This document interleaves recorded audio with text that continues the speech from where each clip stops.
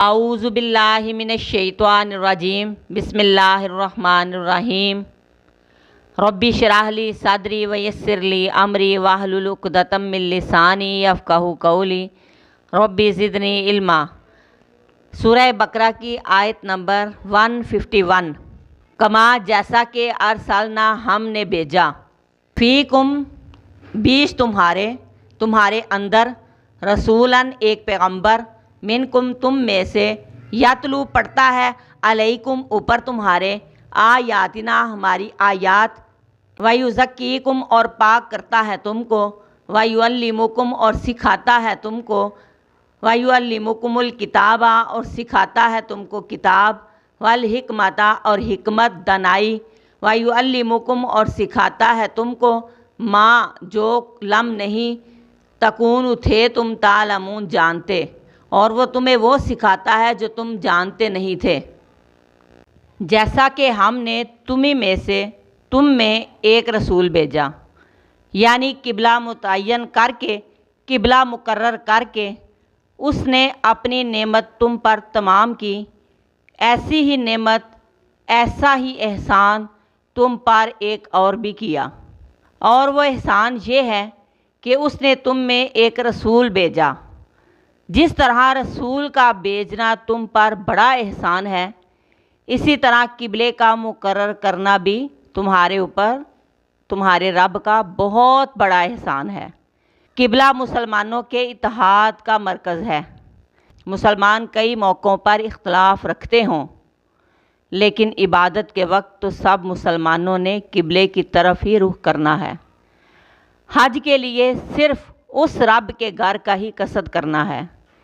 یہ ہمارے پروردگار کا ہم پر بہت بڑا احسان ہے کہ ہمیں ایک مرکز پر اکٹھا کیا۔ پھر اس رب کا یہ بھی بہت بڑا احسان ہے کہ ایک امی قوم، ان پڑھ قوم میں اس نے رسول بھیجا، ایسی قوم جو علم و حکمت سے ناواقف تھی۔ آپ صلی اللہ علیہ وآلہ وسلم کی تشریف آوری سے پہلے لوگوں کا یہ حال تھا۔ چلن ان کے جتنے تھے سب وحشیانہ، فسادوں میں کٹتا تھا ان کا زمانہ۔ وہ تھے قتل و غارت میں چالاک ایسے، درندے ہو جنگل کے بے باک جیسے۔ پھر اللہ تبارک و تعالیٰ نے ہم پر اپنا رسول بھیج کر بہت بڑا احسان کیا۔ فرمایا کہ وہ رسول تم پر ہماری آیات پڑھ کے سناتا ہے۔ جو کلام ہم اپنے رسول پر اتارتے ہیں جبریل کے ذریعے، وہ تم پر اس کی تلاوت کرتا ہے۔ تلاوت کرنے کے ساتھ ساتھ وہ تمہارا تزکیہ بھی کرتا ہے، تمہیں کفر اور شرک کی گندگی سے پاک کرتا ہے، بری عادات، برے اخلاق کو سنوارتا ہے، یعنی علم دینے کے ساتھ ساتھ تربیت بھی کرتا ہے، اور اس امی قوم کو کتاب کی تعلیم دیتا ہے، یعنی قرآن کی تعلیم دیتا ہے۔ عرب کے لوگ پڑھے لکھے نہ تھے۔ آپ صلی اللہ علیہ وآلہ وسلم نے آ کر ان کو پڑھنا لکھنا سکھایا، ان کو پڑھا لکھا بنایا، ان کو قرآن سکھایا، لفظاً بھی سکھایا، معنوی طور پر بھی سکھایا، اور عملی طور پر بھی کر کے دکھایا، اور ساتھ ہی انہیں حکمت بھی سکھائی۔ اللہ تبارک و تعالیٰ کا حکم بھی سنایا، اور ساتھ یہ بھی بتایا کہ یہ حکم کیوں دیا گیا۔